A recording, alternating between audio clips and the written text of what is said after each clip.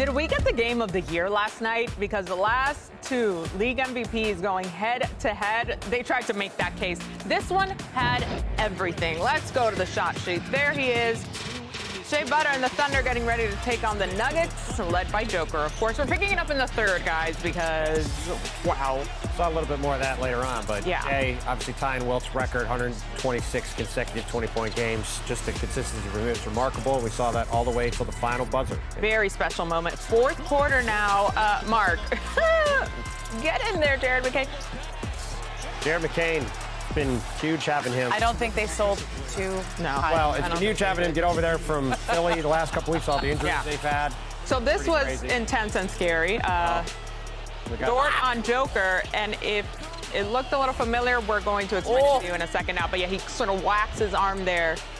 Not a deviated septum. I don't think that was it. But remember, issue with these guys going back to last week, this play. Yeah, that was a very obvious flagrant 2, and this play last night was a very obvious flagrant 1. Wait a minute, Spears, do you remember ever seeing Joker with an expression like that? Yeah, his brother has that expression. No!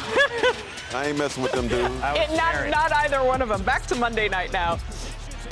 Another pretty consistent guy right there. Junior to Joker. Love to see that. 36 seconds left in the fourth quarter. SGA with a massive, or her Joker there with a massive shot. Boy, Jalen Williams had a hell of a game, though. Yeah, he did. Woo. Here's SGA. He's going back. Foul. Crowd goes nuts. Off a little bit. Yeah. I mean, he's just able to get into his spot so easily. Which, by the way, again, so does this guy. Aaron. Like to see him back, too. Also, Jalen Williams had an unbelievable game last night. Foul you is can't. No, the foul was not. You got to just let them shoot that shot. Can't give them a chance to get a 4-point play. He knew it, too, though. And, of course, they take advantage of this. Yes. Get the tie right here. Jamal Murray. Boom. Good to see him back on the court after that ankle sprain the other day. And then this guy gets to have his MVP moment. End the game. Just let it ride. Because who else would? Other than him, Spears. Not bad defense on Spencer Jones there. I just love the animation. He has right in his face. It's so good. They tried it. This shot It looked good, didn't it? It did look not good. far away from 80 feet. Look at him. But alas, no. Letting them know. Unbelievable MVP win, 129 to 126. Shea had quite a bit to reflect on after a big night. Dub in the background See there. the guy on the bench? That's amazing. Here's Shea. Being in a conversation with a guy like that is it's special. It's crazy to think that where I was 10 years ago, I'd be here today. But you work hard, you trust the process, and you look up, and great things can happen for you. And I'm a testament to that. I don't know how. I don't know. Do people know how hard it is to do that? You know, to play, to make a 20-point game in 10 games, not 120, whatever. It's special, and he's a special player, and it's a pleasure and privilege to battle against him. Yeah, Wilt isn't the only legend that SGA now shares his stats with. A career-high 15 assists made him just the second player ever with 35 points, 15 assists, and 0 turnovers in a game since they were really being tracked back in 1977. He joins LeBron James in 2018. It's been a minute. All right, an incredible night. The elite of the West going head-to-head. Welcome in, everybody. Woo, so much to unpack. Ramona, this game, I mean, they put on a show for us. I mean, look, they didn't have Chet Holmgren. They didn't have Alex Caruso. They didn't have all these other players that normally their depth is so critical for the City Thunder. But Shea was just at another level. And I remember covering this playoff series last year, and I walked away thinking, Jokic was the MVP. Like, Jokic, like, I voted for Shea, but Jokic was the better player in that playoff series. After this game and after this regular season series between these two teams, I feel like Shea is the better player. Like, he didn't just hit one dagger, he hit 2, he hit 3. He just kept coming with the daggers. And I know his quote at the end is one of those all-time quotes. I already have the answers, but I need to know the questions. Follow him on Instagram. He does this all day long. He just drops bars every day. All the time. Very insightful, too. Yeah, he's typically Canada dry, crisp, clean, and cool. Canada dry, like but yesterday, man, I saw a different SGA, and I loved it. This was Bird. Yeah. This was Jordan. This was Iverson. This was Kobe. This was angry. And typically he moves on to the next game and shows some humility. Nah. He was angry. He was talking his talk. He was giving hand gestures. He gave him a peace sign. He told them they need to go somewhere. And I loved it. And perhaps it's because of this MVP race. Perhaps it's because his co-stars weren't there.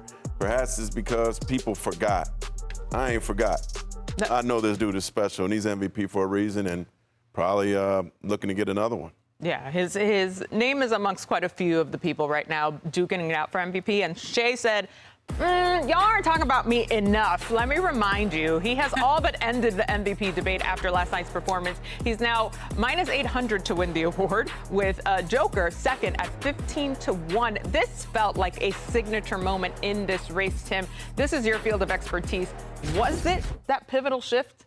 I mean, we'll see what happens over the final few weeks of the season. Shai has to stay healthy, obviously, right? He's only a few games north of that 65-game threshold, which obviously means if he goes below it, he won't be eligible for this award. By the way, Nikola Jokic only one game below that threshold in terms of games missed. Victor Wembanyama, the other guy in the race, he's only a few games away. So injuries could tell the tale. But if these guys all stay healthy, the Thunder stay in the first-place spot in the Western Conference standings. I don't think there's any way Shai Gilgeous-Alexander is not going to be the MVP this season. And that game last night, with those two daggers at the end of the game. And like you said, Marc, the emotion of that game. I think it's also the fact these two teams do not like each other. This is an old-fashioned NBA rivalry.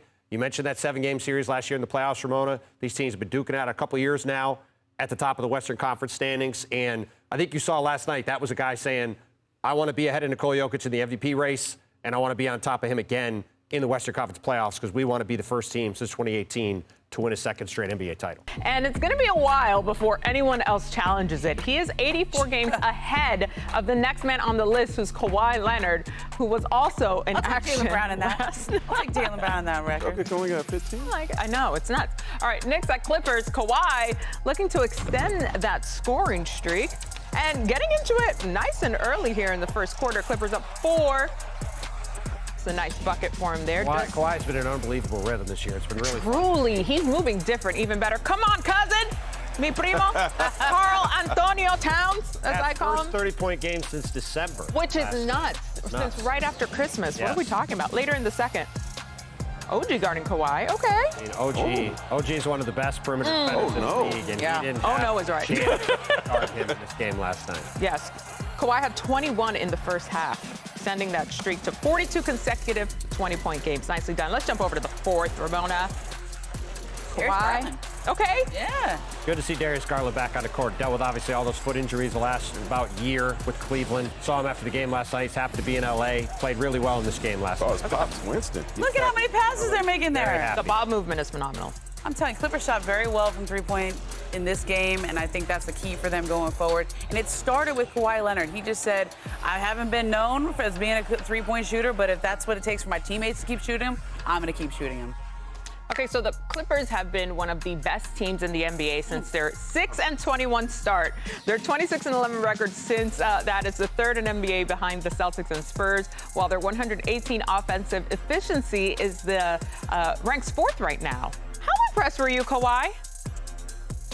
It's cool, but the job ain't done. The season not over, so I mean, it's what's expected. Like I told the fellas, like, we don't train to lose, we train to win. Guys always continue to keep fighting when our back's against the wall. And I credit all my coaching staff just for doing a great job, like I said earlier, of just staying with it, being positive, continue to help these guys get better. And, to start 6-21 and be, 500 right now it's a big thing for us. The most Kawhi response of all time. It's cool. It's just Listen, I do a lot of post-game interviews down at Intuit Dome, so I hear a lot of Kawhi answers this way. And I like the way he's setting the tone for this team because, A, he's out there. He's available. He's been playing all the time. But he basically said, like, oh, you're happy to be back at 500? And he's like, no. No. Which is fair. Like 500 is where we should be. Well, they shouldn't even be 500. They were picked by some people in the top 3 in the Western Conference starting this season. And so I think every single night, look, they've traded James Harden. They've had injuries in and out of this series all year long. And yet the one guy who's been consistent, did you ever think we would say it, is Kawhi Leonard. Yeah. Kawhi Leonard has been out there and available and dropping 20 points every single night, 42 games in a row. Like this is the Kawhi that they thought they were getting all those years ago when they got him as a free agent in 2019. You see these glimpses, but they rarely last long. he's made it last, even though he's been playing with ankle and knee and all that. He's played through this stuff this year. Yeah. You know, I talked to Brook Lopez after the game, and he said, hey, it was really tough when James Harden and Zubac were dealt. But he said the expectations, even with all the changes of this team, didn't change. And he felt like they've turned a corner. This team is very, very confident, even with all these newcomers. And he believes that they're capable of beating anybody in the league. I mean, the record suggests that they are certainly dangerous. Yeah. If you're the Thunder or the Spurs, that's your first round matchup is Kawhi and company and with nothing to lose. Look not at that saying 8-9 though. I would think either would Clippers lose to and them, Warriors, Mark. Yeah. But you got to see that Clippers team in the first round. That's a tough matchup even for the top contenders. No doubt. I mean, I think they're the clear favorites to get to 7th with all the injuries that Phoenix has. And look, to me, the thing watching that game last night, being an Intuit Dome, seeing Kawhi do his thing yet again for this Clipper team, it does feels like the final gut punch for this entire Clipper era with Kawhi Leonard. You mentioned it, Ramona. Like, I covered that Raptors run all the way to the title in 2019. Kawhi looks better than he did then. He's playing unbelievably well. He's, I think, got a chance to be a first-team All-NBA player this year. And for that to be happening now, 7 years after he got to L.A., after all the stuff that's happened, while we're waiting for the potential punishments to come down from Olympic Tower in relation to this aspiration scandal that's sort of clouded the entire Clipper season, it is unbelievable that this is what the version of Kawhi that's come now when all this other stuff has happened. And frankly, yes, this Clippers team will be a dangerous team to play in the first round, but they're not a team that has any real threat to make any noise. Sure. If anything else, they shouldn't be ignored at this point. That's for sure. All right.